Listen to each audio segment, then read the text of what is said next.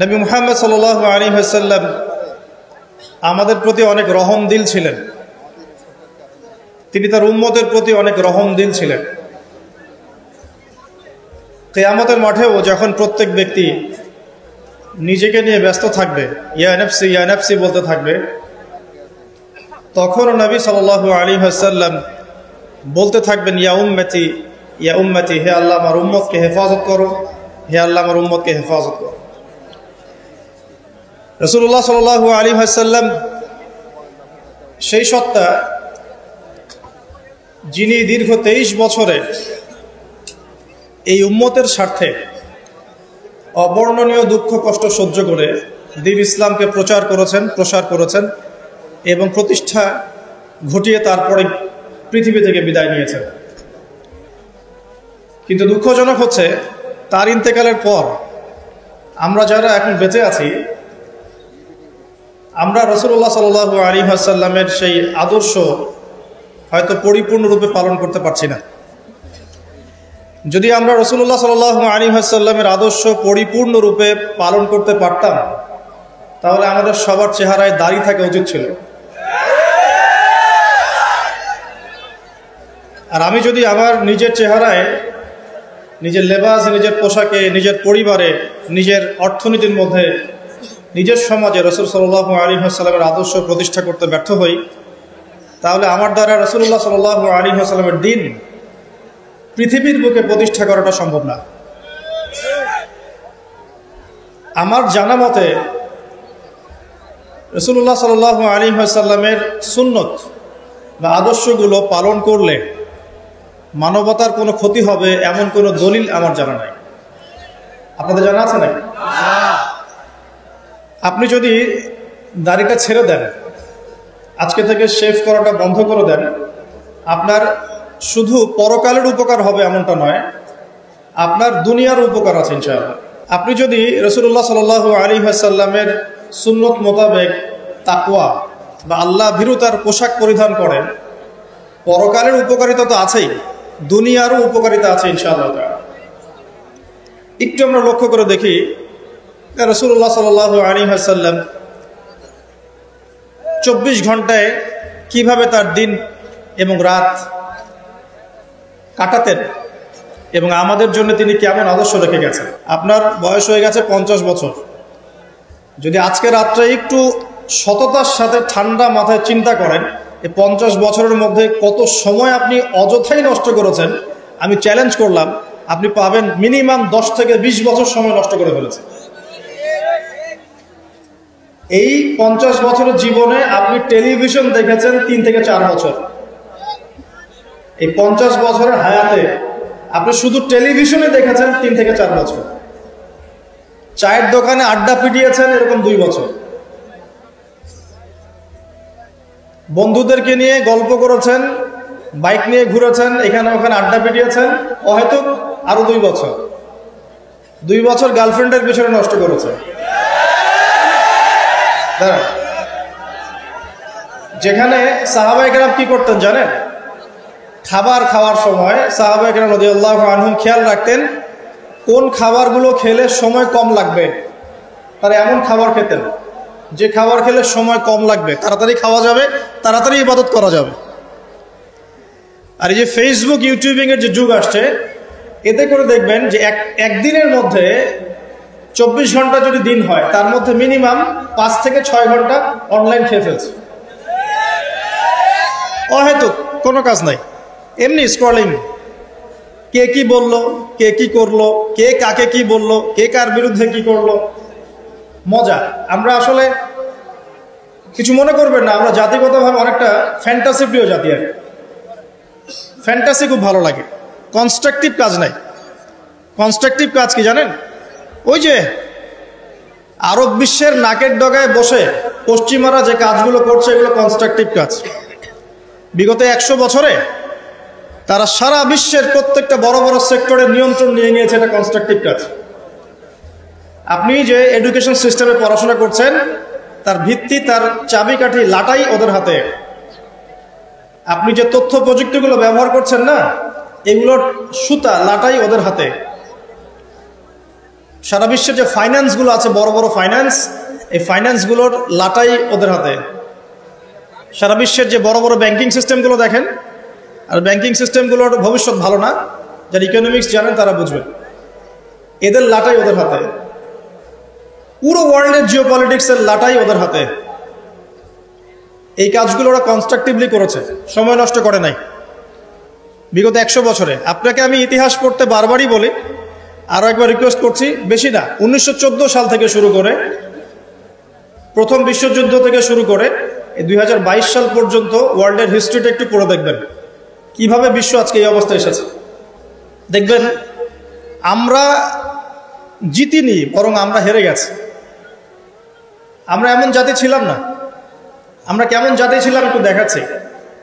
মুসলিম জাতির অবস্থা এমন ছিল যে মদিনার খেজুরের যে ছাদ, খেজুর গাছের পাতার তৈরি ছাদ, আর মাটির মসজিদে বসে মদিনা থেকে ওমর রাদিয়াল্লাহু আনহু, আবু বকর সিদ্দিক, উসমান রাদিয়াল্লাহু আনহু, আলী ইবনে আবি তালেব, 4 খলিফা, তাদের কথাই বলছি। ওই খেজুর গাছের মসজিদের মধ্যে বসে তারা অর্ধেক বিশ্ব শাসন করেছে। অবস্থা দেখেন, আমাদের পরিবারগুলো এত সুন্দর ছিল যে পুরো পরিবারের মধ্যে তালিম, কোরআন, হাফেজে কোরআন, পরিবারের মধ্যে আলেম, মুফতি, মুহাদ্দিস দিয়ে ভর্তি ছিল। একজন বাদশার কথা আমি পড়েছিলাম হিস্ট্রি পড়তে গিয়ে, এটা অনেক পরের কথা, প্রায় উমাইয়ার শাসনের কথা। যখন উমাইয়াদের পতনের সময় চলে আসছে, তারা কর্ডোভায় চলে গেছেন ইসলামিক খেলাফত কায়েম করতে। কর্ডোভা, আন্দালুসিয়া কর্ডোভায়, ওটাকে আন্দালুসিয়ার খেলাফত বলে। ওই সময় রাজার ছেলেকে বিয়ে দেওয়ার ঘোষণা এসেছে, রাজার ছেলেকে বিয়ে দেওয়া হবে। রাজা মানে আমির বুঝাচ্ছে এখানে, যিনি রাষ্ট্রের আমির ছিলেন। তো বিয়ে দেওয়ার জন্য মেয়ে খোঁজার জন্য বলা হয়েছে। তো এখন প্রথম দিন ঘোষণা করা হয়েছে যে আপনাদের যার যার বাসায় মেয়েরা হাফেজে কোরআন, রাতের বেলা সেই বাসায় আলো জ্বালিয়ে দিবেন, যাতে পাহাড়ের উপর থেকে রাজা দেখতে পারেন যে কোন কোন বাসায় হাফেজা আছেন। তার মধ্য থেকে চুজ করা হবে একজন মেয়ে রাজার ছেলের জন্য। রাজা মানে আমি বুঝাচ্ছি। তো সেই রাতে তিনি যখন উঠলেন পাহাড়ে, এগুলো সত্য ঘটনা, দেখলেন আন্দালুসিয়ার প্রত্যেকটা বাসার ঘর, এই ঘরের মধ্যে আলো জ্বলছে, প্রত্যেকটা বাসায় হাফেজা মেয়ে আছে। তো এখন তো বিয়ে দেওয়া সম্ভব না সবার সাথে। পরের দিন আবার ঘোষণা আসলো যে এই হাফেজা মেয়েদের মধ্যে যারা তাফসির করতে পারে, কোরআনের মুফাসসির, হাফেজ মুফাসসির কিন্তু এক জিনিস না। হাফেজ মানে আপনি মুখস্থ করেছেন কোরআন, মুফাসসির মানে আপনি কোরআন একদম ব্যাখ্যা বিশ্লেষণ সহ আপনি অনুবাদ করতে পারেন, তাফসির করতে পারেন। তো পরের দিনও দেখা গেল সেম চিত্র, সবার ঘরে ঘরে আলো জ্বলছে। মেয়েদের কথা বলছে, মেয়ে খুঁজে বেড়াচ্ছে বিয়ে দেওয়ার জন্য। তারপরে আবার ঘোষণা আসলো যারা তাফসির করার সাথে সাথে মুহাদ্দিসা, মানে হাদিস মুখস্থ আছে, 10,000, 1,000, 20,000, 1,000, 2,000 এরকম করে যত হাদিস মুখস্থ আছে মুহাদ্দিসা, তাদের ঘরে আলো জ্বলবে। তখন দেখা গেল যে আলো একটু কমে আসছে আর কি, কথা বুঝতে পারছেন, কিন্তু আলোর সংখ্যা অনেক। আবার ঘোষণা আসলো পরের দিন যে এই বাড়িগুলোর মধ্যে যারা ফকিহ বোঝেন কি, ফিকহের জ্ঞান আছে, গভীর জ্ঞান আছে, কুরআন সুন্নাহর গভীর ইস্তেহাদ করতে পারেন, মুস্তাহিদ এই টাইপের, তাদের বাসার আলো জ্বলবে। তখন দেখা গেল যে আলোর সংখ্যা আরেকটু কমে আসে। এর মধ্য থেকে আমির একজনকে সিলেক্ট করে তার ছেলের সাথে বিয়ে দিলেন। এই ছিল মুসলিমদের অবস্থা। এখন যদি আপনি আজকে, এটা কি কুমিল্লা না নাকি? কুমিল্লার তিতাসের কোন একটা উপরের জায়গায় চলে যান, টাওয়ারে যান, গিয়ে বলেন যে আমাদের এই পুরো গ্রামের মধ্যে বা এই জায়গার মধ্যে আমি আমার ছেলের জন্য মেয়ে খুঁজতেছি। যেই মেয়েগুলো হাফেজে কোরআন, তাদের বাসায় আলো জ্বালিয়ে দিবে। উপর থেকে দেখেন কতগুলো আলো জ্বলবে, অবশ্যই জ্বলবে, একটাও না এমন না, জ্বলবে। কিন্তু যদি আরো বড় চ্যালেঞ্জ দেন যে হাফেজার সাথে সাথে কারা তাফসির করতে পারে, কারা মুহাদ্দিসা, খাস পর্দা মেনে চলে, তাদের বাসায় আলো জ্বালাবে, দেখবেন আলোর সংখ্যা খুব কমে আসবে। আমাদের অবস্থা কিন্তু এমন ছিল না। আমরা এই বিশ্বকে নেতৃত্ব দিয়েছি এক সময়, সুদীর্ঘ প্রায় 1250 বছর। কত বছর? যে জাতি তার শেকড় চিনে না, যে জাতি তার ইতিহাস জানে না, তাদেরকে তো মোটিভেটেড করা খুব সহজ, ডিমোটিভেটেড করা সহজ। আমাদের তরুণ প্রজন্ম এখন ওয়ার্ল্ড কাপের হিস্ট্রি জানে, এই ব্রাজিল আর্জেন্টিনার হিস্ট্রি জানে, মেসি নেইমারের হিস্ট্রি জানে। দাঁড়ান, এগুলোর প্রয়োজন নাই, এটা কোনো প্রয়োজন নেই। আমাদের তরুণ প্রজন্ম এদের হিস্ট্রি জানে, নায়ক নায়িকাদের হিস্ট্রি জানে, গায়ক গায়িকার হিস্ট্রি জানে। ওই যে পতিতা, যেটা আধুনিক পতিতা আর কি, যেটা সরাসরি পতিতা ভিত্তিতে জড়িত না থাকলেও মানুষকে উৎসাহিত করে, উদ্বুদ্ধ করে, অশ্লীলতার ফেরিওয়ালা, তাদের হিস্ট্রি জানে। বলিউড হলিউডের হিস্ট্রি জানে। আমাদের তরুণ প্রজন্ম সব জানে এগুলা, cricket, football, everything. Bollywood Hollywood, বিশ্বকাপ আসলে তো কথাই নাই। কিন্তু আমাদের তরুণ প্রজন্ম আমাদের শেকড় জানে না। কয়জন তরুণ জানে যে আমরা এমন একটা জাতি ছিলাম যারা সারা বিশ্বকে নেতৃত্ব দিয়েছি? নেতৃত্ব দেওয়া ডিফারেন্ট জিনিস, মানে সারা বিশ্বের কোনো কিছুই আমাদের পারমিশন ছাড়া হতো না, এমন একটা অবস্থা ছিল। বিশ্বের কোনো জায়গায় কোনো মুসলিমকে আঘাত করবে, অন্যায়ভাবে তাকে মেরে ফেলবে বা টর্চার করবে, এই সাহস কারো ছিল না। এমন যুগ ছিল। মুসলিম পুরুষের কথা বাদ দেন, মুসলিম কোনো নারীর দিকে চোখ তুলে তাকাবে বা তার ইজ্জত হরণ করবে এমন ক্ষমতাও কারো ছিল না। এটাকে রূপকথার গল্প মনে হচ্ছে না এখন? বিগত 100 বছরে এই পরিস্থিতি দেখে মনে হচ্ছে এমনও কি সময় ছিল? হ্যাঁ, এমন সময় ছিল। এই তো বেশি দিন আগের কথা নয়। ঘরে ঘরে হাফেজ ছিল, ঘরে ঘরে হাফেজ, ঘরে ঘরে আলেম, ঘরে ঘরে মুফতি মুহাদ্দিস ভর্তি। শুধু তাই নয়, বিজ্ঞানী দিয়ে ভর্তি, ফিলোসফার দার্শনিক দিয়ে ভর্তি, অ্যাস্ট্রোনমিস্ট দিয়ে ভর্তি, জ্যোতির্বিদ্যায় পারদর্শী, বায়োলজিতে পারদর্শী, কেমিস্ট্রিতে পারদর্শী, এরকম ঘরে ঘরে ছিল। বর্তমান বিশ্বের যে শিক্ষা সেক্টরগুলো আছে, প্রত্যেকটা সেক্টরের ভিত্তি মুসলিমরা দিয়ে দিয়েছে বিশ্বকে, জানেন? এই যে অর্থনীতি নিয়ে আমরা এত বাড়াবাড়ি করি না, সবচেয়ে সেরা অর্থনীতি শিখিয়েছেন ইউসুফ আলাইহিস সালাম। কে শিখিয়েছেন? সূরা ইউসুফ পড়ে দেখেন। আমরা সূরা ইউসুফ এর নাম শুনলে মনে করি ইউসুফ মানে ইউসুফ জোলেখা, ইউসুফ জোলেখা, তাই না? মাথায় চলে আসে ইউসুফ আর জোলেখা। ইউসুফ আলাইহিস সালাম কি ছিলেন? খুব সুন্দর দেখতে ছিলেন, এতটুকু জানি আমি। কিন্তু ইউসুফ আলাইহিস সালামের বাহ্যিক সৌন্দর্যের চাইতে তার চরিত্রের সৌন্দর্য আরো অনেক বেশি ছিল।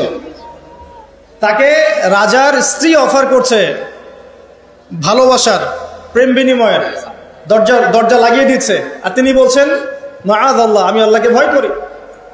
তার চরিত্রের সৌন্দর্য দেখেন। খালি আমরা রূপের সৌন্দর্যের কথা বলি, তাই না? ইউসুফ আলাইহিস সালাম যখন কারাগারে, কেন কারাগারে পাঠিয়েছে? বিনা অপরাধে। আর বিনা অপরাধেও মানুষ কারাগারে যায়। কারাগারে যারা যায় তারা সবাই যে অপরাধী এমনটা নয়, বিনা অপরাধেও মানুষ কারাগারে যায়। দাঁড়ান, ইউসুফ আলাইহিস সালাম কেন গেলেন? তাকে অপবাদ দেওয়া হয়েছে, জেনার অপবাদ, নাউজুবিল্লাহ। 1 দিন 2 দিন না, 7 দিন 10 দিন না, 12টা বছর তিনি কারাগারে। কত বছর? 12 বছর। ওই 12 বছরের মধ্যে তিনি একটা ঘটনা ঘটেছে, 2 জন কয়েদি এসেছে। কয়জন? নতুন কয়েদি। একজন বলছে যে আমি স্বপ্ন দেখলাম যে আমার মাথার মধ্যে রুটি রাখা হয়েছে, এই রুটি এসে পাখি খেয়ে নিচ্ছে। আরেকজন স্বপ্ন দেখলো যে সে রাজাকে শরাব পান করাচ্ছে। ইউসুফ, তোমাকে সত্যবাদী মনে হয়, আমাদেরকে স্বপ্নের ব্যাখ্যা জানিয়ে দাও। এই 2 জন ব্যক্তি কিন্তু মুসলিম নন, মনে রাখবেন। এই 2 জন ব্যক্তি কি? অমুসলিম, কিন্তু মুসলিম নন। দেখেন, অমুসলিম ব্যক্তির স্বপ্ন সত্য হতে পারে। দলিল, অমুসলিম ব্যক্তির স্বপ্ন কি হতে পারে? সত্য হতে পারে। ইউসুফ আলাইহিস সালাম ব্যাখ্যা করে দিলেন যে শরাব পান করাচ্ছে সে অচিরে ছাড়া পেয়ে যাবে এবং সে রাজাকে শরাব পান করাবে, রাজার ঘনিষ্ঠ হয়ে যাবে। আর যার মাথা থেকে রুটি খেয়ে নেওয়া হচ্ছে তাকে শুলদণ্ড দেওয়া হবে, তার মগজ খেয়ে ফেলবে পাখি। তাই হলো। আর ইউসুফ আলাইহিস সালাম এই ব্যক্তিকে বলে দিলেন, যার ব্যাপারে তার ধারণা হলো যে এই ব্যক্তি নাজাত পাবে। ইউসুফ আলাইহিস সালাম এই কথা বললেন এবং যার ব্যাপারে তার ধারণা হলো যে এই ব্যক্তিকে ছাড়া পাবে সেই ব্যক্তি, তাকে বললেন তুমি যখন রাজার কাছে যাবে তখন আমার কথা স্মরণ করো, যে আমি তোমাকে এই কথাটা বলেছিলাম, রাজার সামনে স্মরণ করো। তো ইউসুফ আলাইহিস সালাম এখানে বন্দী, তারা ছাড়া পেয়ে গেলেন। এবার যখন এই ব্যক্তি রাজার কাছে গেলেন, রাজা আবার একটা স্বপ্ন দেখলো। কে স্বপ্ন দেখলো? সূরা ইউসুফের মধ্যে বলা আছে, পড়ে দেখবেন। রাজা স্বপ্ন দেখছে যে 7টা চিকন গাভী 7টা মোটা তাজা গাভীকে খেয়ে ফেলছে, ঠিক আছে? আর উনি শীষ স্বপ্ন দেখলেন, শীষ, ধানের শীষ, এই টাইপের কিছু। এই স্বপ্নটা তার কাছে অদ্ভুত মনে হলো। 7টা জীর্ণ শীর্ণ গাভী 7টা মোটা তাজা গাভীকে কেমন করে খেয়ে ফেলতে পারে? তিনি খুব টেনশনে পড়ে গেলেন। রাজ্যের সব জ্ঞানী গুণী লোকদেরকে ডাকলেন, এর ব্যাখ্যা কি হবে, এর ব্যাখ্যা কি হবে, কেউ বলতে পারছে না। তখন এই ব্যক্তি যে ছাড়া পেয়ে এসেছে, তার মনে হলো যে হ্যাঁ, ইউসুফ নামে একজন ব্যক্তি আছে, সে আমাকে স্বপ্নের ব্যাখ্যা বলেছিল, হয়তোবা সেই স্বপ্নের ব্যাখ্যাটা বলতে পারবে। সে চলে গেল জেলখানায়, সেখান থেকে ইউসুফকে গিয়ে বলল, ইউসুফ, তোমাকে আমরা সত্যবাদী পেয়েছি, তোমাকে আমরা সত্যবাদী পেয়েছি, এই স্বপ্নের ব্যাখ্যা কি হবে, রাজার স্বপ্নের ব্যাখ্যা। ইউসুফ আলাইহিস সালাম বললেন যে এর অর্থ হচ্ছে যে অতি শীঘ্রই এই মিশরের মধ্যে দুর্ভিক্ষ আসবে। কি আসবে? কি আসবে? আচ্ছা, তার মানে দুর্ভিক্ষ শব্দটা কোরআনে আছে। রাজাকে গিয়ে বলো যে ওই মহিলাদের কি খবর, যে মহিলারা ইউসুফ আলাইহিস সালামের ব্যাপারে এরকম অপবাদ দিয়েছিল। তখন এই ব্যক্তি গিয়ে রাজাকে বলল, ওই মহিলাদের কথা তিনি জিজ্ঞাসা করেছেন। তখন রাজা বলছে যে ইউসুফ নির্দোষ ছিল। সেই মহিলারা স্বীকার করলো যে ইউসুফ নির্দোষ ছিল, আসলে আমরাই তাকে ওয়াসওয়াসা দিয়েছি, আমাদের দিকে প্রলুব্ধ করেছি। রাজা বলেন তাকে বের করে নিয়ে আসো। ইউসুফ আলাইহিস সালামকে বের করে আনা হলো। আনার পর তাকে বলা হচ্ছে এই স্বপ্নের ব্যাখ্যা কি হবে এবং এর সমাধান কি। ইউসুফ আলাইহিস সালাম বলছেন যে ব্যাখ্যা হচ্ছে এই যে আপনার এই রাজ্যে দুর্ভিক্ষ আসবে, তবে আপনি যদি আমাকে খাদ্য মন্ত্রণালয়ের দায়িত্ব দেন, তাহলে এই সমস্যা আমি মোকাবেলা করতে পারবো ইনশাআল্লাহ। আমি বিশ্বস্ত এবং আমার এই বিষয়ে জ্ঞান আছে। কে বলেন এটা? ইউসুফ আলাইহিস সালাম। এবার জেলখানা থেকে আল্লাহ পাকের তাকদীর দেখেন। জেলখানা, কুয়ার মধ্যে ছিলেন, কুয়া, বাবার খুব কাছের সন্তান, তাই না?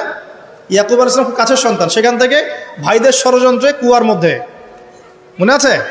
কুয়া থেকে মিশরের বাজারে ওখানে বিক্রি করে দেয়া হলো, ওখান থেকে রাজপ্রাসাদে, ঠিক আছে? রাজপ্রাসাদে বড় হচ্ছেন। এরপর এই যে মেয়েদের ঘটনা, তারপর জেনার মিথ্যা অপবাদ, 12 বছর কারাগারে। তারপর সেখান থেকে আল্লাহ রাব্বুল আলামিন বের করে নিয়ে আসলেন কোথায়? মিশরের খাদ্যমন্ত্রী। তাকদীর, ভাগ্য। কিভাবে বুঝাবো আল্লাহ পাকের পরিকল্পনা কত বিশাল।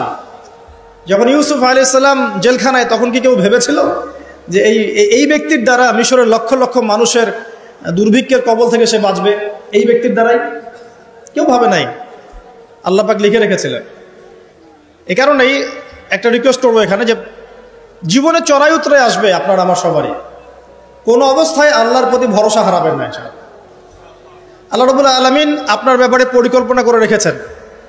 আপনার মনের মধ্যে যদি সততা থাকে, অনেস্ট একটা মন থাকে, ইনশাআল্লাহ আপনি দুনিয়াতেও সফল হবেন, পরকালে সফল হবেন ইনশাআল্লাহ। আপনি যদি সৎ হন, মনের থেকে যদি আপনি সৎ হন, আল্লাহর কাছে আপনি সৎ হন, সারা দুনিয়া মিলে আপনার কোনো ক্ষতি করতে পারবে না ইনশাআল্লাহ। আর আপনি যদি অসৎ হন, মনের মধ্যে অসততা থাকে, দুনিয়ার মানুষ বাহবা দিলেও একদিন ধরা খাবেন ইনশাআল্লাহ। এটা বাস্তব, এর বাইরে যাবে না ইনশাআল্লাহ। দেখেন, ইউসুফ আলাইহিস সালাম দায়িত্ব চাচ্ছেন, আমাকে দায়িত্ব দেন, আমি এই বিষয়টা ভালো বুঝি। আল্লাহ পাক তাকে এই যে খাদ্য মন্ত্রণালয় নিয়ে আসলেন। ইউসুফ আলাইহিস সালামের হাতে পরবর্তীতে দুর্ভিক্ষের কবল থেকে পুরো মিশরবাসী বেঁচে গেল এবং লক্ষ লক্ষ মানুষের জীবন বেঁচে গেল, আলহামদুলিল্লাহ। তাহলে অর্থনীতির মূল মন্ত্র শিক্ষা পেলাম না? কোরআনে আছে না?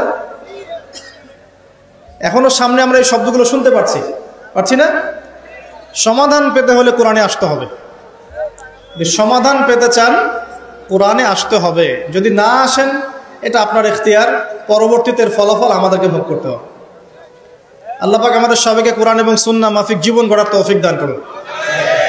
একটা খালি পয়েন্ট বললাম, দেখেন, ইকোনমিক্সের দুরবস্থা দূর করারও ফর্মুলা কোরআনে পাওয়া গেছে। আগেকার মুসলিমদের অবস্থা বলছি, জ্যোতির্বিজ্ঞান নিয়ে অনেক কথা হয় না? এই গ্রহে নাসাই পাঠাচ্ছে, সেই পাঠাচ্ছে। ভালো করে পড়ে দেখবেন, জ্যোতির্বিজ্ঞানের মূল নীতিগুলো, সূত্রগুলো দিয়েছে মুসলিমরা। মেডিকেল সায়েন্স নিয়ে অনেক কথা হয়, মেডিকেল সায়েন্স এগিয়ে যাচ্ছে, মেডিকেল সায়েন্সের মূল নীতিগুলো দিয়েছে মুসলিমরা। এই কেমিস্ট্রি তোমরা পড়ো পর্যায় সারণে, মূলনীতি দিয়েছে মুসলিমরা। এই যে আমরা যে ল্যাপটপ চালাই, ইন্টারনেট চালাই, হ্যাঁ, ডিজিটাল যত কিছু চালাই, এর জন্য প্রয়োজন হচ্ছে অ্যালগোরিদম। কিসের অ্যালগোরিদম? এই অ্যালগোরিদম আবিষ্কার করেছে মুসলিমরা। এই অ্যালগোরিদম যদি আপনি ল্যাপটপ চালাতে পারতেন না, কিছুই করতে পারতেন না। এর বেস দিয়েছে কে? মুসলিমরা। এই যে ম্যাথামেটিক্স নিয়ে এত ফকর করি, ম্যাথামেটিক্স, তাই না? এর বেসও মুসলিমদের থেকে এসেছে। আপনারা কি জাবর ইবনে হাইয়ানের নাম শুনেছেন? আচ্ছা, বাদ দেন তার কথা। আপনারা কি ইমাম রাজির নাম শুনেছেন? আচ্ছা, ফিলোসফি, দর্শন, এর মূলনীতি দিয়েছেন তিনি। অনেক। ইবনে সিনার নাম শুনেছেন? চিকিৎসা বিজ্ঞান, পুরো ভিত্তি দিয়েছেন তিনি। আর এই যে পলিটিক্যাল সিস্টেম যেটা আমরা, ওয়ার্ল্ড পলিটিক্স যেটা আমরা বলি, এর ভিত্তি দিয়েছেন কে জানেন? উমর ইবনুল খাত্তাব রাদিয়াল্লাহু আনহু। কে দিয়েছেন? এই যে প্রশাসনিক ডিপার্টমেন্ট, সদর দপ্তর, এই মন্ত্রণালয়, সেই মন্ত্রণালয়, এটা স্টার্ট করেছিলেন কে জানেন? সর্বপ্রথম উমর রাদিয়াল্লাহু আনহু। আমরা অনেকে জানি না। আমি এটাই বলছিলাম আপনাদেরকে যে যে জাতি তার শেকড় চিনে না, তাকে ডিমোটিভেটেড করা খুব সহজ। আমরা যদি হিস্ট্রি পড়া শুরু করি, ইতিহাস পড়ি, কোরআন সুন্নাহর পাশাপাশি আমরা দেখব বিশ্বের প্রত্যেকটা বড় বড় সেক্টরের মূল নীতি স্থাপন করে গেছে কারা? মুসলিমরা। তাহলে এখন কেন আমরা এই জায়গায় আসলাম? কি কারণ? আমি একটু কারণটা বলি আপনাদেরকে। মন খারাপ করছেন কি? নিজেদের চেহারাটা আয়নায় দেখতে হয়।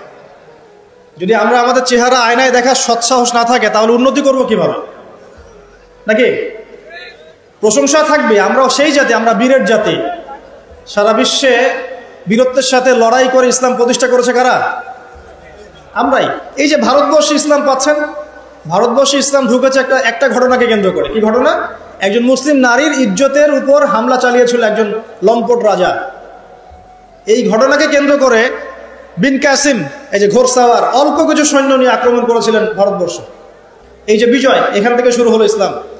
তারও আগে এই যে চিটাগাং আছেন, চিটাগাং, চট্টগ্রাম, এই চিটাগাং রোড দিয়ে, এই পোর্ট দিয়ে আরবরা বাণিজ্য করত। ওই দিক দিয়ে ইসলাম ঢুকেছে একদিক দিয়ে। আবার সুফি পীর মাশায়েখরা ছিলেন, তারা এখানে ইসলাম প্রচার করেছেন। তিনভাবে ইসলাম ঢুকেছে উপমহাদেশে। ইসলাম পেতেন না এগুলোতে। দেখুন কেন হলো এই অবস্থা। বিকজ ওই সময়ে একটা মুসলিম পরিবারের মধ্যে কোরআনের হাফেজ থাকতো। পাওয়া যায় এখন সব পরিবারে? রেয়ার। আমরা মনে করি যার ব্রেন সবচেয়ে খারাপ ওকে হাফেজি মাদ্রাসা দেওয়া লাগবে, আর যার ব্রেন খুব ভালো ওকে আমরা দিব ইঞ্জিনিয়ারিং, ডক্টর।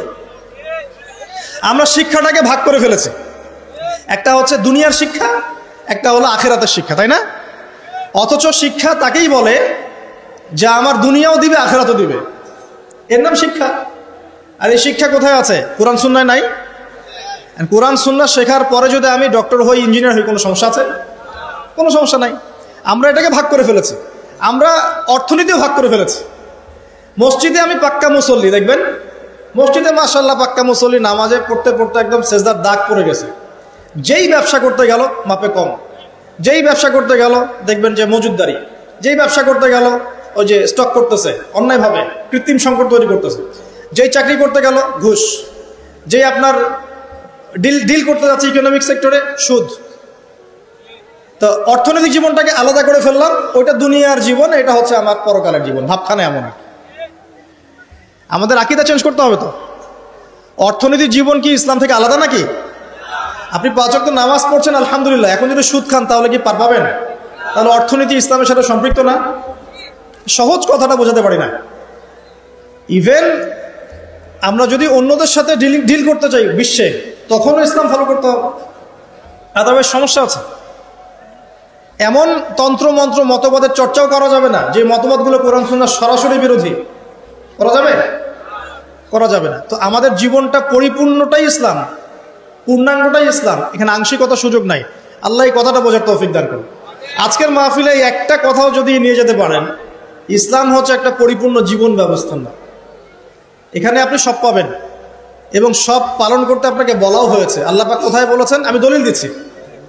1 নম্বর দলিল দিচ্ছি যে ইসলাম পরিপূর্ণ জীবন ব্যবস্থা। কোথায় আছে? সূরা মাইদা 3 নম্বর আয়াত। কত নম্বর? সূরা মাইদা 3 নম্বর। আল্লাহ পাক বলছেন, বিসমিল্লাহির রহমানির রহিম। আল্লাহ বলছেন, আল ইয়াউমা আকমালতু লাকুম দীনাকুম ওয়া আতমামতু আলাইকুম নি'মাতি ওয়া রাদিতু লাকুমুল ইসলাম দীনান। আল্লাহ বলছেন, কে বলছেন? আল্লাহ পাক বলছেন আমি তোমাদের জন্য দ্বীন ইসলামকে পরিপূর্ণ করে দিলাম। কি করে দিলাম? পরিপূর্ণ মানে কি? যেখানে সবকিছু নাই, তাই না? পরিপূর্ণ মানে কি? যেখানে সবকিছু আছে। তার মানে জীবনের প্রতিটা বিষয়ের হেদায়েত কোথায় আছে? ইসলামে আছে।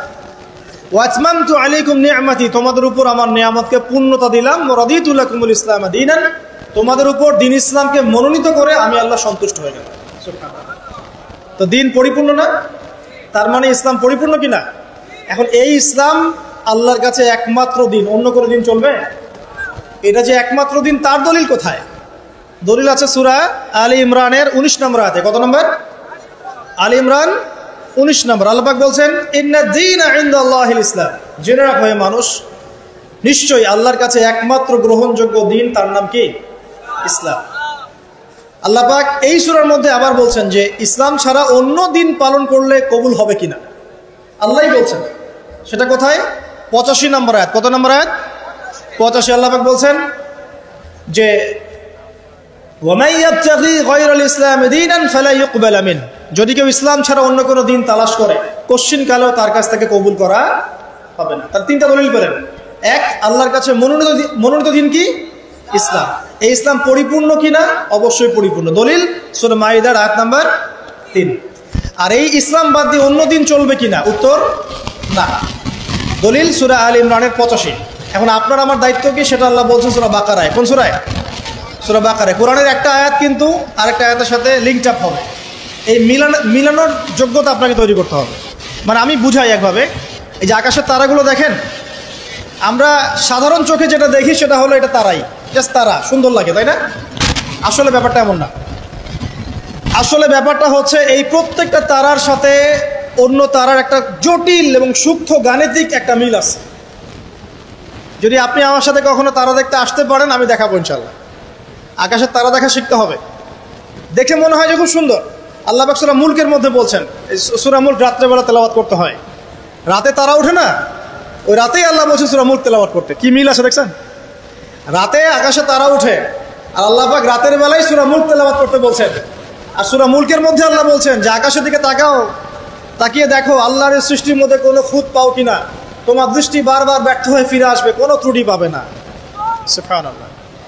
এই তারাগুলোর মধ্যে জটিল একটা সূক্ষ্ম গাণিতিক মিল আছে।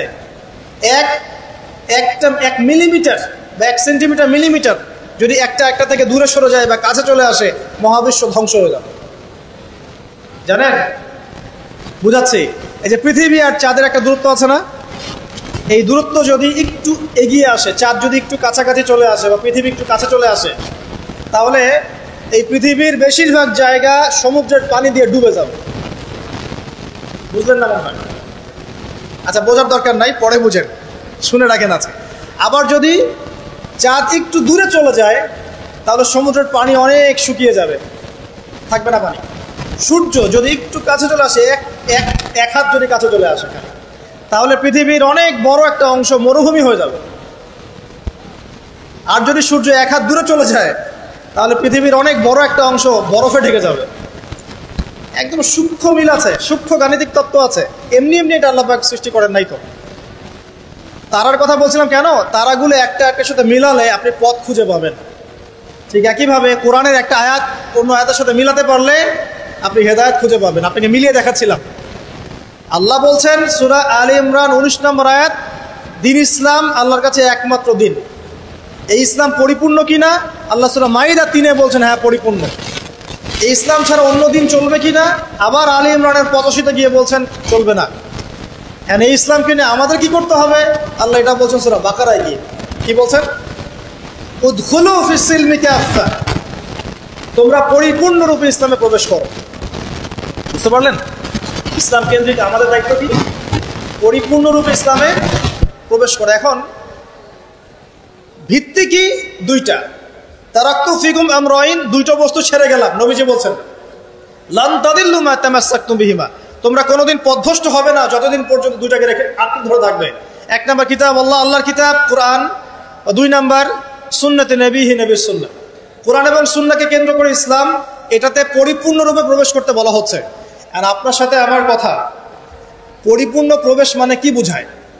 আমি ইবাদত বন্দেগীর জীবনে পাক্কা মুসল্লি হব, অর্থনৈতিক জীবনে গিয়ে সুদ খাবো, আমি কি পরিপূর্ণ মুসলিম কিনা? সহজ কথা বলেন, পরিপূর্ণ মুসলিম কি? এদিকে আপনি তাহাজ্জুদ পড়ছেন, মাশাআল্লাহ, 5 ওয়াক্ত নামাজ পড়ছেন, নফল নামাজ পড়ছেন, রোজা রাখছেন, দান সদকা করছেন, খুবই সুন্দর, মাশাআল্লাহ। কিন্তু আপনি অন্যের সম্পদ অন্যায়ভাবে হরণ করছেন, মুসলিম হবে পরিপূর্ণ? একটা পরিবারের কর্তা, মাশাআল্লাহ, দিনদার, চিল্লা দিয়ে লাগাচ্ছেন, মাশাআল্লাহ, দিনের দায়ী, সবকিছু ঠিক আছে। এখন পরিবারের সেই লোকের স্ত্রী পর্দা করে না, ওই লোকের মেয়ে বেপর্দায় ঘোরাফেরা করে, ওই লোকের ছেলে মাদকাসক্ত, এই পরিবারটা কি পরিপূর্ণ ইসলামিক পরিবার কিনা? একইভাবে আমরা যারা টুকটাক জুমার নামাজ পড়তে আসি, হজ করি, ওমরা করি, 5 ওয়াক্ত নামাজ ঠিকঠাক মতো পড়ি না, কোরআন তেলাওয়াতের ফিকির নাই, দুনিয়া নিয়ে ব্যস্ত হয়ে আছি, পরকালের চিন্তা কর, তারাও কি পরিপূর্ণ মুসলিম কিনা? তো পরিপূর্ণ মুসলিম বলতে কি বোঝায়, এটার জন্য আপনার কিন্তু পিএইচডি করার দরকার নাই। আপনি বুঝতে পারছেন যে আপনার জীবনের প্রতিটা কাজ কোরআন এবং সুন্নাহ মাফিক হলেই আপনি পরিপূর্ণ মুসলিম, আলহামদুলিল্লাহ। এবং এই কাজটা করার জন্যে আপনাকে কিন্তু কেউ বাধাও দিচ্ছে না, আপনি স্বাধীন, চাইলেই আপনি করতে পারেন। কেউ কি বাংলাদেশের প্রেক্ষাপটে কি ইসলাম পালন করতে কাউকে বাধা দেয়া হচ্ছে? নামাজ পড়তে যাবেন না, দাড়ি রাখতে পারবা না, হ্যাঁ, তোমরা টাকলুর উপরে কাপড় তুলতে পারবে না, মেয়ে পর্দা করতে পারবে না। হ্যাঁ, ইনডাইরেক্টলি হয়তো কিছু কিছু মানুষ এরকম করছে হয়তোবা, কিন্তু ওদের সংখ্যা কিন্তু বেশি না, ওদের সংখ্যাও বেশি না, তাদের শক্তিও নাই।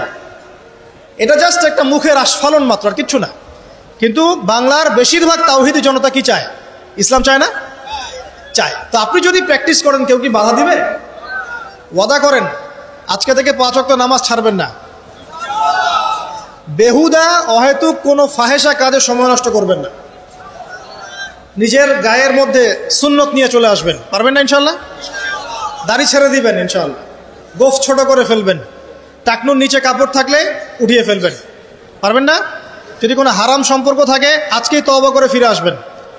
ফিরে আসার সময় আবার বললেন না যে আজকে শেষ কথা, তোমার সাথে আর কথা হবে না, এই কাজ করতে যায় না, তাহলে এই শেষ কথা আর শেষ হবে না, একদম ডিলেট, সাথে সাথে ডিলেট। যদি সুযোগ থাকে, অর্থনৈতিক সামর্থ্য আছে, পরিবারে গিয়ে বলবেন বা মেয়ের পরিবারে প্রস্তাব পাঠাবেন, যদি বিয়ে করার সুযোগ থাকে বিয়ে করে ফেলবেন। সুযোগ নাই, ডিসকানেক্টেড, কোনো দরকার নাই। এই নেক্সট সুরতে ধোকা খাবেন না, এটা নেক্সট সুরতে ধোকা, এটা নেক্সট সুরতে ধোকা। যখন একটা মানুষ জেনায় লিপ্ত থাকে তখন তার দোয়া আল্লাহ পর্যন্ত পৌঁছায় না। তো আর জেনা ছেড়ে দিলে পরে আপনার দোয়া ডাইরেক্ট আল্লাহর কাছে পৌঁছাবে ইনশাআল্লাহ। প্রমাণ নেবেন? দলিল দিব? দিচ্ছি, শোনেন। 3 ব্যক্তি, কয় ব্যক্তি? 3 ব্যক্তি চলছে পথ, হঠাৎ ঝড় এসেছে, একটা গুহার মধ্যে ঢুকেছে, গুহার মুখ বন্ধ হয়ে গেছে, একদম বন্ধ, বের হওয়ার কোনো জায়গা নেই। এটা সত্য ঘটনা, রাসূল সাল্লাল্লাহু আলাইহি সাল্লাম বলেছেন। এখন তারা বলছেন তো বের হওয়ার তো কোনো অপশন নাই, কিভাবে বের হবো আমরা? একজন বলছে তাহলে একটা কাজ করি, চলো আমাদের নেক আমলের ওসিলা করে আল্লাহর কাছে দোয়া করি। কিসের ওসিলা? আমরা এই যে দোয়া করার জন্য হুজুর ডাকি, তাই না? আসেন 40 এই যে 1 বছরই 3 দিন 7 দিন করি না, নিজের দোয়া নিজে করা শিখেন। আপনার কি চাওয়া সেটাকে আমি বুঝতে পারবো নাকি? এরকম একটা ঘটনা আছে, হুজুরকে ডেকেছে দোয়া করতে, হুজুর পুরো দোয়াটাই 1 বচনে করেছে, আল্লাহ আমাকে হেদায়েত দাও, আমাকে রিজিক দাও, আমাকে হেফাজত করো। আর মুসল্লি সব বলছে আমিন আমিন আমিন। দিন শেষে লাভ কার হলো? হুজুরের। জিলাপিও আমি পেলাম, দোয়া আমার কবুল হলো, সবই তো আমার হলো, এবং শেষে হাদিয়াওটা আমি পেলাম। এটা তো আপনাকে করতে হবে। তো এই 3 ব্যক্তি দোয়া করছে নিজের নেক আমলের ওসিলা দিয়ে, নেক আমলের ওসিলা দিয়ে দোয়া করলে দোয়া কবুল হয়। এখানে কি বলে দিব কোন কোন ক্ষেত্রে দোয়া করলে দোয়া কবুল হয়? শোনেন, আগে হালাল খাইতে হবে দোয়া কবুল হবে। দোয়া কবুল হওয়াতে হলে আগে হালাল খেতে হবে, হারাম খেলে দোয়া কবুল হবে না। আর আমরা এখন সুদের যুগে বাস করি না, সবাই সুদখোর হয়ে যাচ্ছে দিন দিন। আর সুদ যে এখন এত সূক্ষ্ম, আমি ইনশাল্লাহ আপনাদেরকে কোনো একটা পরিবেশে যেখানে আমি এডুকেটেড শ্রেণীর মানুষ পাবো ইনশাল্লাহ, সেখানে আমি শুধু অর্থনীতি নিয়ে কথা বলবো ইনশাল্লাহ। এখানে আপনি বুঝতে পারবেন যে কত সূক্ষ্ম সুদ চলছে এখন, কত সূক্ষ্ম। এই যে ইলেকট্রনিক মানিগুলো আমরা ইউজ করছি না, এর মধ্যেও সুদ আছে, বুঝবেন না? একটা রাষ্ট্রকে তারা বাদ রাখে না সুদখোর বানাতে। যদি আমাদের রাষ্ট্রের কোনো লোন প্রয়োজন হয়, আমরা যদি ওয়ার্ল্ড ব্যাংকের কাছে যাই বা IMF এর কাছে যাই, সুদ ছাড়া কোনো লোন তারা দিবে না, কখনো দিবে না। এবং এটা ফোর্সফুলি করবে তারা, সুদ ছাড়া আপনি বেরিয়ে হতে পারবেন এখান থেকে। তো পরে আসি ওইদিকে, আমি ওইদিকে আছি না। দোয়া কবুল করাতে হলে আপনাকে আগে হালাল রিজিক সার্চ করতে হবে, 1 নাম্বার। 2 নাম্বার, তাওহীদ চর্চা করতে হবে। শিরকের পাপে লিপ্ত থাকলে দোয়া কবুল হওয়া ডিফিকাল্ট। এবং সুন্নতের চর্চা করবে, বেদাতি আমল করলে দোয়া কবুল হওয়া ডিফিকাল্ট আছে। এর পাশাপাশি আমি কিছু অপশন বলে দিই। যখন দেখুন বৃষ্টি হচ্ছে তখন দোয়া করবেন, দোয়া কবুল হবে ইনশাআল্লাহ। দোয়া করার আগে একবার বলবেন আলহামদুলিল্লাহ, কমপক্ষে একবার বলবেন আলহামদুলিল্লাহি রাব্বিল আলামিন, একবার কমপক্ষে। মানে প্রথমে আল্লাহর প্রশংসা করবেন, তারপর একবার দরুদ পড়বেন আল্লাহুম্মা সাল্লি আলা মুহাম্মাদ ওয়া সাল্লিম, তারপর হাত তুলে দোয়া শুরু করবেন। বৃষ্টি পড়ছে, দোয়া শুরু করে দেন, দোয়া কবুল হবে ইনশাআল্লাহ। আজান দিয়েছে, আজান এবং একামতের মাঝখানের সময়টা আছে, এই সময়টা কাজে লাগান, দোয়া কবুল হবে ইনশাআল্লাহ। নামাজে দাঁড়িয়েছেন, সেজদায় গিয়েছেন, সেজদায় দোয়া করেন, দোয়া কবুল হবে ইনশাআল্লাহ। প্রশ্ন করে অনেকে যে ভাই সেজদায় কি বাংলায় দোয়া করা যাবে? হ্যাঁ যাবে, যদি আপনার নামাজটা নফল নামাজ হয়। কোন নামাজ হয়? ফরজ নামাজে করবেন না, নফল নামাজে করতে পারেন ইনশাআল্লাহ। সেজদায় বান্দা আল্লাহর সবচেয়ে কাছাকাছি থাকে, এই সময়ে বেশি বেশি দোয়া করতে রাসূল সাল্লাল্লাহু আলাইহি ওয়াসাল্লাম তাগিদ দিয়েছেন। দোয়া করলে ডাইরেক্ট কবুল হবে ইনশাআল্লাহ। পিতা মাতার খেদমত করে দোয়া করেন, দোয়া কবুল হবে ইনশাআল্লাহ। এখন তো পিতা মাতার খেদমত মানুষ করতে চায় না। এটা সেই যুগ যে যুগে পিতা মাতার সাথে দাস দাসীর মতো আচরণ করা হয়। সন্তানরা ভুলে গেছো তোমরা যে তোমরা একদিন পিতামাতা হবা। আমরাও কিন্তু একদিন পিতামাতা হব। যারা বিয়ে শাদী করেছে, সন্তান সন্ততি হয়েছে, তারা জানে এই যে প্রসব বেদনার একটা সেকেন্ড, 1 সেকেন্ড বা 1 মিনিট প্রসব যে বেদনা মায়ের হয়, এর ঋণ আমরা সারা জীবনে শোধ করতে পারবো না। পারবেন? এই কারণেই মায়ের পায়ের নিচ জান্নাতের কথা বলা আছে। মাদের সম্মান আল্লাহর কাছে অনেক বেশি, মেয়েদের সম্মান অনেক বেশি। এই নারীবাদী ফ্যামিলিস্টরা যা বুঝিয়েছে, ইসলাম এমন নয়। তো ইসলাম এমন নয়, ইসলামে মেয়ের মর্যাদা সবচেয়ে উপরে। একজন নারীর, মনে করেন আপনি বাসায় আছেন, কেউ যদি বাইরে থেকে ফুটা দিয়ে বাসার ভিতরে দেখে, কথা বুঝতে পারছেন? আপনার জন্য হালাল ওই ব্যক্তির চোখের মধ্যে এরকম শিক ঢুকিয়ে দেওয়া, এটা হালাল আপনার জন্য, করতে পারেন আপনি, কিচ্ছু করেন না। আল্লাহর আইনে আপনি কোনো অপরাধী নন। যদি আপনি ঘরের ভিতরে থাকেন, কেউ বাইরে থেকে এরকম ফুটা দিয়ে দেখছে, মনে করেন আপনার বাসার মেয়েকে বা আপনার বাসার বোনকে, মাকে, আপনি যদি চোখের মধ্যে একটা শিক ঢুকিয়ে দেন, আপনার কোনো পাপ হবে না আল্লাহর কাছে। এটা হাদিস আছে, জায়েজ। যদিও বা এটা আইন হাতে তুলে নেওয়া হয়ে যাচ্ছে অন্য সেক্টরে, কিন্তু আল্লাহর কাছে আপনি কিছু করেন নাই। মেয়েদের এমন মর্যাদা দেওয়া হয়েছে, সেই মেয়েদেরকে আমরা এখন কি করেছি, কাপড় চোপড় সব কমিয়ে কমিয়ে বেপর্দা করে রাস্তায় নামিয়ে দিয়েছে। যদি একটা মানুষ নিজের সম্মান না বোঝে, তাকে সম্মান কেউ দিতে পারে? নিজেকে চিনতে শিখুন। আমাদের সম্মান আল্লাহর কাছে অনেক বেশি। এটা বলছিলাম প্রিয় ভাইয়েরা, মায়ের পায়ের নিচে আল্লাহ পাক সন্তানের বেহেশতের কথা বলেছেন। মা বোনদেরকে 4টা কাজ করতে বলবো, অনলি 4টা কাজ। 5 ওয়াক্ত নামাজ যদি ঠিকমতো পড়তে পারে, 1 নাম্বার। 2, রমজান মাসে রোজা রাখে। 3 নাম্বার, পর্দা ঠিকঠাক মতো করে। আর 4 নাম্বার, স্বামীর আনুগত্য করে। ইনশাআল্লাহ জান্নাতের যে কোনো দরজা দিয়ে ইচ্ছা প্রবেশ করতে পারবে ইনশাআল্লাহ। এখানে স্বামীর আনুগত্যের কথা বলেছি, স্বামীর দাসত্বের কথা বলি না। আনুগত্য দাসত্ব এক জিনিস না। আনুগত্য মানে কি? আনুগত্য মানে আপনি স্বামীর যে কোনো ভালো কাজে আপনি তাকে সায় দিবেন, আনুগত্য। নামাজ পড়তে বলেছে, নামাজ পড়তে হবে। পর্দা করতে বলেছে, আপনি পর্দা করবেন। বেপর্দায় যাবেন, আপনি যাবেন না। এটা আনুগত্য। দাসত্ব কি? দাসত্ব হচ্ছে যে সে ভালো মন্দ যাই বলুক আপনি শুনছেন, এটা দাসত্ব। এটা করবেন না। মা বোনরা 4টা কাজ বাসায় গিয়ে আবার শুনিয়ে দিবেন। নবীজি বলেছেন 4টা কাজ কোনো মেয়ে করলে জান্নাতের যে কোনো দরজা দিয়ে ইচ্ছা প্রবেশ করতে পারবে। 1 নাম্বার, 5 ওয়াক্ত সালাত। 2 নাম্বার, রমজান মাসের সওম রোজা। 3 নাম্বার, পর্দা ঠিকঠাক মতো করবে, লজ্জাস্থানের হেফাজত। এবং 4 নাম্বার, স্বামীর আনুগত্য করা। মায়ের খেদমত করে দোয়া করেন, দোয়া কবুল হবে ইনশাআল্লাহ। বাবার খেদমত করে দোয়া করেন, দোয়া কবুল হবে ইনশাআল্লাহ। কোরআন তেলাওয়াত করে দোয়া করেন, দোয়া কবুল হবে ইনশাআল্লাহ। মনে করেন শেষ রাতে উঠেছেন, মানে শেষ রাত বলতে বোঝাচ্ছি এই ধরেন যে 2টার পর থেকে, এখন 2টা 2:30টার পর থেকে নিয়ে ফজর পর্যন্ত শেষ রাতে উঠেছেন। এই সময় আপনি যা দোয়া করবেন ইনশাআল্লাহ কবুল হবে। হ্যাঁ, বলতে বাধ্য হচ্ছি, এখনকার তরুণ সমাজ ওই 2টা 2:30টার দিকে ওই যে কার কার খেলা থাকে, ওই খেলাগুলো দেখার জন্য ওঠে, তাহাজ্জুদ পড়ার জন্য উঠতে পারে না। অথচ আল্লাহ পাক বলছেন কি, যে শেষ রাতে আল্লাহ পাক প্রথম আসমানে নেমে আসেন এবং আহ্বান করেন, কে আছো আমার কাছে কিছু চাইবে আমি দিব, কে আছো আমার কাছে রিজিক চাইবে দিব, কে আছো আমাকে ডাকবে আমি তোমার ডাকে সাড়া দিব, কে আছো আমার কাছে ক্ষমা চাইবে আমি তোকে ক্ষমা করে দিব। প্রিয় যুবক ভাইরা, আল্লাহকে মূল্যায়ন করতে শিখুন। এই সময়গুলোতে দোয়া করলে ইনশাআল্লাহ তাআলা আপনার দোয়া কবুল হবে ইনশাআল্লাহ।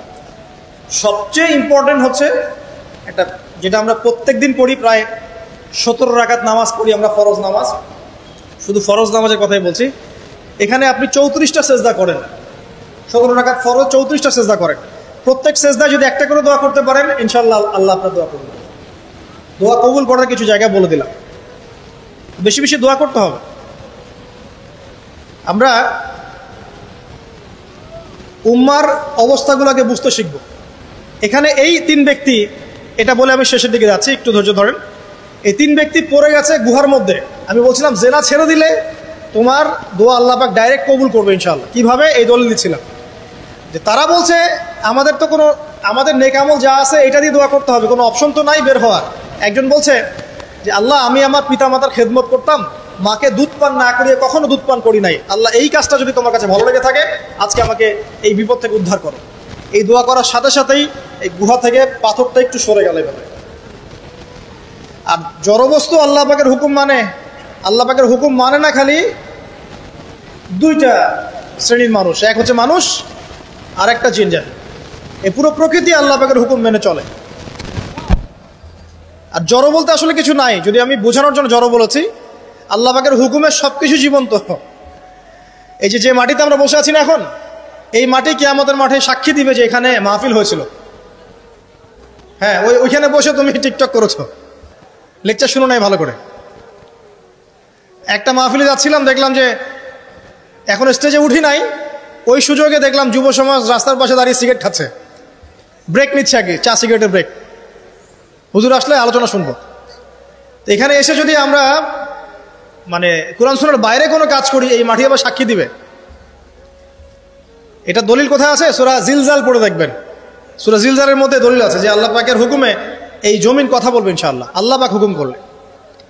জি, তো একটু সরে গেল ওই পাথর। তারপরের ব্যক্তি দোয়া করছে, আল্লাহ আমার একজন কাজের লোক ছিল, সেই কাজের লোক কিছু টাকা পেত, টাকা না নিয়ে বেচারা চলে গেছে, আমি ওই টাকা দিয়ে কিছু পশু কিনেছি, এই পশুগুলো কিনে আমি পালন করেছি, অনেক দিন পর সেই ব্যক্তি এসেছে আমার টাকা দাও। তখন আমি বলেছিলাম যে এই যতগুলো পশু দেখছো সব তোমার। সেই লোক বলছে আমার সাথে কি ঠাট্টা করছো? বলছে না, ঠাট্টা করছি না, তোমার টাকা দিয়ে আমি পশু কিনেছিলাম, এই প্রজনন হতে হতে হতে আজকে এতগুলো হয়েছে, সব তোমার, নিয়ে যাও। আল্লাহ কলিজা দেখেন, আসলে দান করার জন্য কলিজা লাগে, টাকা লাগে না। আল্লাহর পথে দান করার জন্যে কলিজা লাগে, টাকা লাগে না। আর কিছু মনে করবেন না, আমি বিভিন্ন মাহফিলে যাচ্ছি, একটা কমন দৃশ্য দেখি এই কালেকশনের। আমার জানা নাই যে এভাবে নাম লিখিয়ে কোনো কালেকশন নবীর যুগ থেকে হয়েছে, আমার জানা না। বরং কতটুক দিয়েছে এটা গোপন রাখলেই ভালো। কে দিয়েছে, কত দিয়েছে জানানোর কোনো দরকার নাই, দিয়েছে নিয়ে চলে আসবেন, শেষ। আমরা কাকে সন্তুষ্ট করার জন্য দেই? আল্লাহ জানলেই তো যথেষ্ট। কি দরকার জনগণ জানতেই হবে আমি 5,000 টাকা দিয়েছি? এতে আমার লাভটা কি? নেকি উল্টা আরো কমে গেল। উল্টা 7 শ্রেণীর মানুষ, একটা হাদিস আছে, 7 শ্রেণীর মানুষ কিয়ামতের মাঠে আরশের ছায়া পাবে। কিসের ছায়া পাবে? আরশের ছায়া, যে ছায়া ছাড়া কোনো ছায়া থাকবে না। ওর মধ্যে এক শ্রেণী হচ্ছে ওই ব্যক্তি যে এত গোপনে দান করে, তার বাম হাত জানে না ডান হাত কি দান করছে। এই ব্যক্তি আরশের ছায়া পাবে ইনশাআল্লাহ। তো দুনিয়া যদি উদ্দেশ্য থাকে, নাম প্রকাশ করা, জাহির করার উদ্দেশ্য থাকে, বা যদি এমন হয় যে এখানে লৌকিকতা উদ্দেশ্য থাকে, নেকি নষ্ট হয়ে যেতে পারে, সুযোগ আছে, চান্স আছে। তো এই ট্রেডিশনগুলো বন্ধ করলে মনে হয় ভালো হয়। এটা আমার পরামর্শ, বাকি এটা বিবেচনা আপনাদের। আর এই ব্যক্তি বলছে আমি এই সব কিছু দান করে দিয়েছি। দেখেন, দান করতে কি লাগে? কলিজা লাগে, টাকা লাগে না কিন্তু। আসলে দান করতে কলিজা লাগে। অনেক রিক্সাওয়ালাকে দেখেছে আমরা, 100 টাকা দান করে দিল, মসজিদের জন্য দান চাচ্ছে, 100 টাকা দান করে দিল। আর অনেক দেখবেন বিত্তশালী, ঢাকা শহরে যাচ্ছি বনানী গুলশান দিয়ে, দান করতে চাইলে 2 টাকা দিচ্ছে, 5 টাকা দিচ্ছে। এমন হয় না? দান করতে কলিজা লাগে। আর একটা কথা মনে রাখবেন, আপনি যত দান করবেন আল্লাহ আপনাকে তত বেশি দিবেন ইনশাআল্লাহ। ইনশাআল্লাহ। আল্লাহ পাকের খাজানা যে এত প্রচুর, আপনি দান করলে কমে যাবে এই চিন্তাই করবেন না কখন। তবে সবচেয়ে সেরা দান কোনটা জানেন? আপনার প্রয়োজন আছে এখন, এই প্রয়োজনের সময় দানটা হচ্ছে সেরা দান। এবং সবচেয়ে উত্তম খরচ কোনটা? সবচেয়ে উত্তম খরচ হচ্ছে আপনার পরিবারের পিছনে খরচ। আপনার পরিবারের পিছনে খরচটা আপনার সবচেয়ে শ্রেষ্ঠ খরচ। আর দান করে মধ্যম পন্থায়, এমন হবে না যে নিঃস্ব হয়ে গেলেন দান করে একদম, আবার এমন না যে কৃপণতা প্রদর্শন হচ্ছে, এমনও না। মধ্যম পন্থায় দান খয়রাত করবে ইনশাআল্লাহ। আর কিয়ামতের মাঠে মানুষ তার দানের ছায়ায় থাকবে ইনশাআল্লাহ। যে যত দান করবে ওই ছায়ার নিচে সে থাকবে। এই ব্যক্তি সব দান করে দিয়েছিল, যাও সব গরু ছাগল তোমার। তৃতীয় ব্যক্তি, পাথর সরে গেল একটু, তৃতীয় ব্যক্তি, যুবক তোমাকে বলছি ভাই, তৃতীয় ব্যক্তি আল্লাহর কাছে বলছে, আল্লাহ আমার একজন সুন্দরী চাচাতো বোন ছিল, আছে না তোমাদের কাজিন, এবং তাকে আমি খুব ভালোবাসতাম। ওই যে এখন বয়ফ্রেন্ড গার্লফ্রেন্ড ফ্রি মিক্সিং, যেটা খুব ভালোবাসতাম, তো তাকে আমি পেতে চাইতাম, তাই আমি তাকে অফার করি। সে বলে যে না, আমাকে 100 স্বর্ণ মুদ্রা না দিলে আমি রাজি না। 100 স্বর্ণ মুদ্রা। এই মেয়ের অবশ্য অনেক ডিমান্ড ছিল, তাহলে বোঝা গেল 100 স্বর্ণ মুদ্রা মানে অনেক। জানেন এখন তো দেখা যায় 1500 টাকা 2000 টাকা দিয়ে মেয়ে তার ইজ্জত বিক্রি করে ফেলছে। 100 স্বর্ণ মুদ্রা, আর কাউকে কিছু দেওয়াই লাগে না, এমনি বিক্রি করে ফেলে। কত প্রশ্ন, কত যে প্রশ্ন আসে আমাদের কাছে, যে ভাই বা হুজুর বা ভাইয়া উস্তাদ, কত জীবনে এক পর্যায়ে ভুল করেছি, এরকম জেনায় লিপ্ত হয়ে গিয়েছিলাম, প্রেম করেছি ইত্যাদি, আমি কি করবো, আমার কি ভালো হওয়ার রাস্তা আছে কিনা, বা আমি তওবা করে ফিরে আসছি, আমি কি এখন বিয়ে করতে পারবো কিনা। প্রশ্নের শেষ নাই। বেশিরভাগ প্রশ্ন এরকমই আসে এখন। আরেকটা বেশি প্রশ্ন আসে, ভাই উস্তাদ হুজুর আমার স্বামী পরকীয়া আসক্ত, আমাকে দেখে না, এই হয় সে, এইগুলো প্রশ্ন বেশি। পারিবারিক জেনা কেন্দ্রিক যত প্রশ্ন আসে, অন্য কোনো কেন্দ্রিক প্রশ্ন তো আসে না। মানে এই যুগটা কি হয়েছে, মানে মানুষকে জেনা উন্মুক্ত করে দিয়েছে একেবারে। একদম স্কুল লাইফ থেকে শুরু হবে বয়ফ্রেন্ড গার্লফ্রেন্ড ফ্রি মিক্সিং, এই বন্ধু পড়তে জেনা হয়ে যায়, কলেজ লাইফে গিয়ে আরো বড় জেনা, ইউনিভার্সিটিতে গেলে তো আর কোনো পাত্তাই নাই। ইউনিভার্সিটির খুব কম ছেলে পাবেন সিগারেট খায় না, এবং খুব কম ছেলে মেয়ে পাবেন যারা এই অবৈধ প্রেম করছে না, খুব কম। এটাকে আমরা প্রমোট করছি আবার। বিশ্বাস করেন শুধুমাত্র সরাসরি সেক্সুয়াল সম্পর্কটাই জেনা নয়, এই মিক্সিংটাও জেনা আল্লাহ পাক বলেছে। এবং এতে করে আমাদের যুব সমাজে অধঃপতনটা হয়েছে, এটা অন্য কোনোভাবে হয় নাই। কারণ সূরা আল ইমরান পড়ে দেখবেন আল্লাহ পাক বলছেন, যুয়িনা লিন-নাস হুব্বুশ শাহওয়াতি মিনান নিসা, মেয়েদের মধ্যে ছেলেদের জন্য সবচেয়ে বেশি শাহওয়াত আছে, খাহেসাত, এটা সবচেয়ে বেশি আকর্ষণ করে ছেলেদের। সমাজের কাঠামো ভেঙে যাচ্ছে তো, আমরা তো বাইরে ভালো মানুষের লেবাস পরে আছি, দেখবেন বহু পরিবারে পরকীয়া চলছে, আপনি জানেন না, ভিতরে। আমরা তো লজ্জা এগুলো বলি না, চোখ লজ্জায় বলি না, চলছে এগুলো এখন কমন হয়ে গেছে। যে ফ্যাশন শোর নামে, বিউটি কন্টেস্টের নামে, এই সেই, মানে অশ্লীলতাকে প্রমোট করা হচ্ছে চতুর্দিক থেকে। রেপ ধর্ষণ দিন বাড়ছে আর বাড়ছে। বাচ্চা কাচ্চা, ছোট বাচ্চা মেয়ে পর্যন্ত রেহাই পাচ্ছে না। এই কয়দিন আগে একটা মেয়েকে কত পিস করে ভাসিয়ে দিয়েছে একেবারে, দেখেন নাই? কোথায় আছেন? সমাজটা কোথায় গেছে? আমরা ভালো মানুষের মুখোশ পরে বসে আছি। একটা মাহফিল করে কি সব হবে? কনস্ট্রাকটিভ কাজ করতে হবে। তারুণ্যের এই শক্তিটাকে আল্লাহর জমিনে দিনের প্রচার প্রসার প্রতিষ্ঠার কাছে ব্যয় করতে হবে। যতক্ষণ পর্যন্ত আমরা এরকম ভালো মানুষের লেবাস সেজে বসে থাকবো না, আমার ঘরেও ফেতনা ঢুকে আসবে, টের পাবেন না। যখন ফেতনা ছড়িয়ে পড়ে ওটাকে দমন করতে হয়। দমন না করলে ওইটা আমার ঘরেও ঢুকবে তো এক সময়, আমি একা ভালো থাকতে পারবো না তো। আর দমন করার ক্ষমতা আল্লাহ পাক যাদেরকে দিয়েছেন তাদের উপর অবশ্য ওয়াজিব হয়ে গেছে এগুলো দমন করা। এখন তাদের উপর একটা ফরজ ওয়াজিব হয়ে গেছে দমন করা এগুলা, নাহলে আল্লাহ পাক কঠিন শাস্তির সম্মুখীন করবে।